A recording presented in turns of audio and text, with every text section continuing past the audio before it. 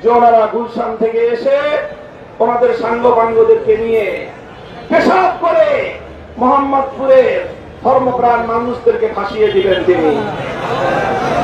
তিনি কি বলেছেন? দাড়িপাল্লা, রিক্সা সব নাকি তাদের পেশাবে ভেসে যাবে। আপনারা নীরব থাকেন, নীরব হন, কথা শুনেন। দেখেন, রাজনৈতিক মতবিরোধ থাকতে পারে।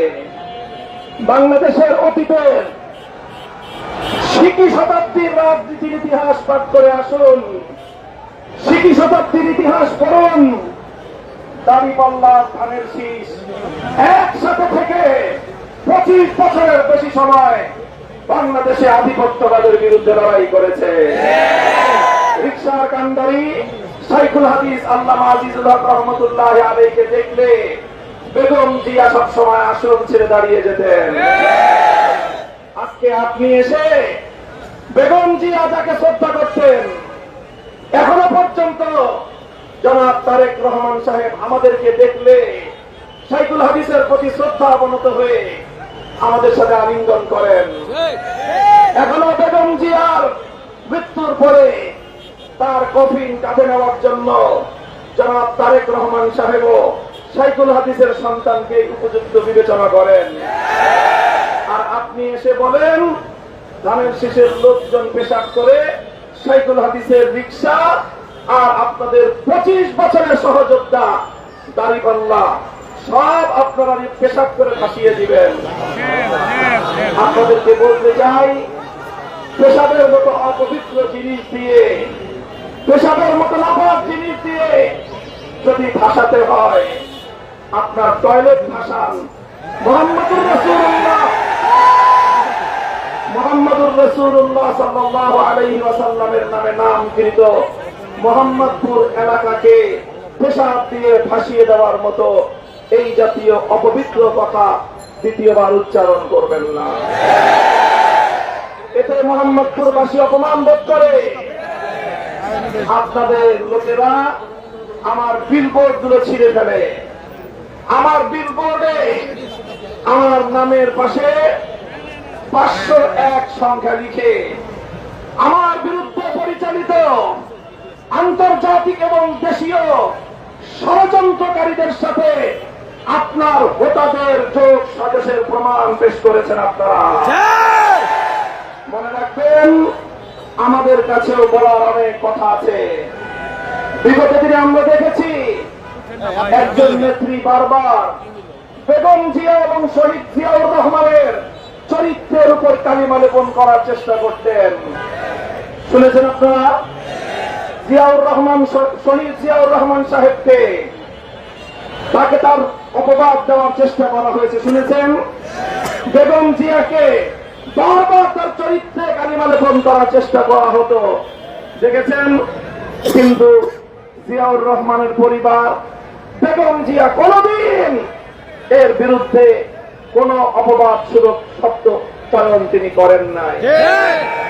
আজকে সেই বেগম জিয়ার প্রতীক ধানের শীষ নিয়ে এসে আপনারা বাংলাদেশ বিরোধী শত্রুদের সেই পাতা ফাঁদে পা দিয়ে বাংলাদেশের আলেম সমাজ ইসলামের বিরুদ্ধে 2021 সালের মোদী বিরোধী আন্দোলনের উত্তাল তরঙ্গের বিরুদ্ধে অবস্থান নিয়েছেন, বাংলাদেশের বিরুদ্ধে অবস্থান নিয়েছেন। বাংলাদেশ বিরোধী অবস্থান নিয়ে বাংলাদেশে রাজনীতি করলে এদেশের মানুষের মনে জায়গা পাবেন না। তাই আমি বলতে চাই, আমার এলাকাবাসীর কাছে আমার, আপনাদের কাছে আপনাদের সন্তানের অভিযোগ, আপনাদের কাছে আপনাদের ভাইয়ের অভিযোগ, আমরা সুন্দর সকলের প্রতি সৌহার্দ্যপূর্ণ সম্মানজনক ভদ্রতা সূচক আচরণের মাধ্যমে আমাদের নির্বাচনী প্রচারণা পরিচালনা করতে চাই। অন্যদের বিরুদ্ধে কোন ক্রিটিসিজম থাকলে, সমালোচনা থাকলে যুক্তির ভাষায়, ভদ্র ভাষায়, সভ্য ভাষায় আমরা সমালোচনা করব। অভদ্রচিত, অশোভনীয় কোন শব্দ প্রয়োগ করাটা এটা মোহাম্মদপুরের মতো রুচিশীল এলাকার মানুষের রাজনৈতিক কালচারের সাথে যায় না। তাই মোহাম্মদপুরে রাজনীতি করতে চাইলে এই এলাকার মানুষের সভ্যতা, ভদ্রতা এবং রুচিশীলতার প্রতি লক্ষ্য রাখতে হবে। আমি আহ্বান জানাই, এই যে হাজার হাজার মানুষের এই গণমিছিলের কাছে এসে বিকট আওয়াজে, এই যে বিকট আওয়াজে এখানে গান সঙ্গীত বাজানো হচ্ছে, এই জাতীয় অসহনশীল আচরণ করবেন না, শব্দ দূষণ করবেন না। এই জাতীয় ভয়ঙ্কর শব্দগুলো আমরা বিগত 15 বছর শুনেছি। তার শব্দ দিয়ে মানুষকে ভয় পাইয়ে দিতে চাইতো। গান করবেন, শালীন শব্দে করেন। গান বাজাবেন, এমন শব্দে, এমন ভলিউমে বাজান যাতে মানুষের জন্য শ্রুতি মধুর হয়। সকলকে আমি আহ্বান জানাই, উগ্র এই ধরনের উচ্চ শব্দ যেটা গোটা এলাকাকে থরথর করে কাঁপিয়ে দেয়, শিশুর অন্তরে ভীতির সঞ্চার করে, ঘুমন্ত অসুস্থ মানুষকে পর্যন্ত তাদের ঘুমের ব্যাঘাত ঘটায়, গোটা এলাকার পরিবেশ দূষণ করে, এই জাতীয় শব্দযন্ত্র ব্যবহার করে মোহাম্মদপুরের শান্তিপ্রিয় সভ্য পরিবেশটাকে নষ্ট করবেন না। বিপক্ষ দলের মানুষদেরকে উস্কানি দিয়ে কোনোভাবেই পরিবেশ খোলা করার চেষ্টা করবেন না। আমি জানি আপনাদের কাছে অনেক সন্ত্রাসী আছে, আমি জানি আপনাদের কাছে অনেক চাঁদাবাজ আছে।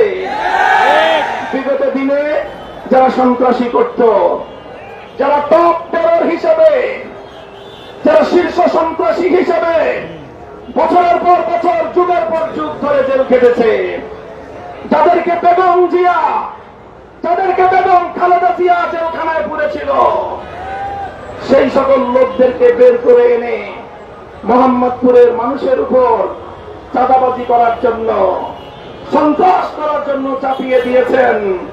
তাদেরকে নিয়ে নির্বাচনী ক্যাম্পেইন করে নিরীহ সাধারণ ভোটারদের মধ্যে আতঙ্ক সৃষ্টি করার পায় তারা চালাচ্ছেন।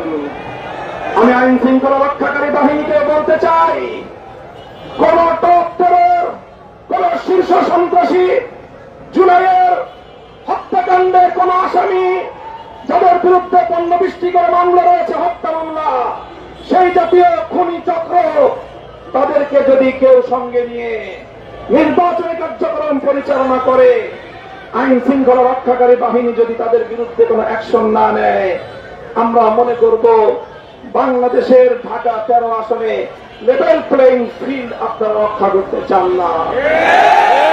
সেই ক্ষেত্রে যে উদ্ভূত পরিস্থিতি হবে, নির্বাচন হবে কি হবে না, সেই ধরনের কোন সংশয় যদি তৈরি হয়, তাহলে বাংলাদেশের সেনাবাহিনী, আইন শৃঙ্খলা রক্ষাকারী বাহিনী এবং আইন প্রয়োগকারী ম্যাজিস্ট্রেট সহ আপনারা যারা নির্বাচন কমিশনের পক্ষ থেকে দায়িত্ব নিয়োজিত আছেন, আপনাদেরকে দায় নিতে হবে। আমাদেরকে উপর্যুপরি ভয় দেখানো হচ্ছে, আমাদের ব্যানারগুলো প্রতি রাতে ছিঁড়ে ফেলা হচ্ছে, আমাদের ফেস্টুনগুলো মাটিতে বিপদিত করে দেওয়া হচ্ছে, আমার কর্মীদেরকে রাস্তাঘাটে বিভিন্ন জায়গায় তাদেরকে হেনস্থা করা হচ্ছে।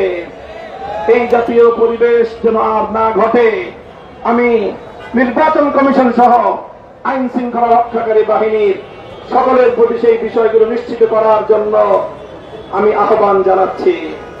ইনশাআল্লাহ আমি আপনাদেরকে কথা দিচ্ছি, প্রতিশ্রুতি দিচ্ছি, আমরা যদি আপনাদের ভোটে আল্লাহর রহমতে প্রতিনিধি নির্বাচিত হতে পারি, ইনশাআল্লাহ বাংলাদেশ উপহার দেব। শহীদ শরীফ ওসমান হাদি সহ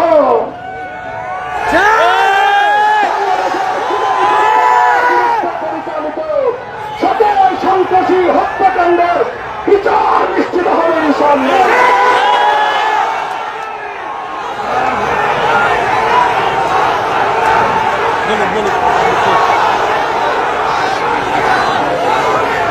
ইনশাআল্লাহ আজকে আমাদের এই গণমিছিল থেকে, নির্বাচনী প্রচারণা মিছিল থেকে আমি আপনাদেরকে আশ্বস্ত করছি, শরীফ ওসমান হাদি যেই মিশন শুরু করেছিল এবং শাহাদাতের রক্ত দিয়ে যেই মিশনকে সে বাংলার মাটিতে শুধু নয় বাংলার মানুষের হৃদয়ে হৃদয়ে লিখে দিয়ে দিয়েছে, সেই শরীফ ওসমান হাদি বিধবার স্ত্রী আজ রাজপথে নেমে আসতে বাধ্য হয়েছে।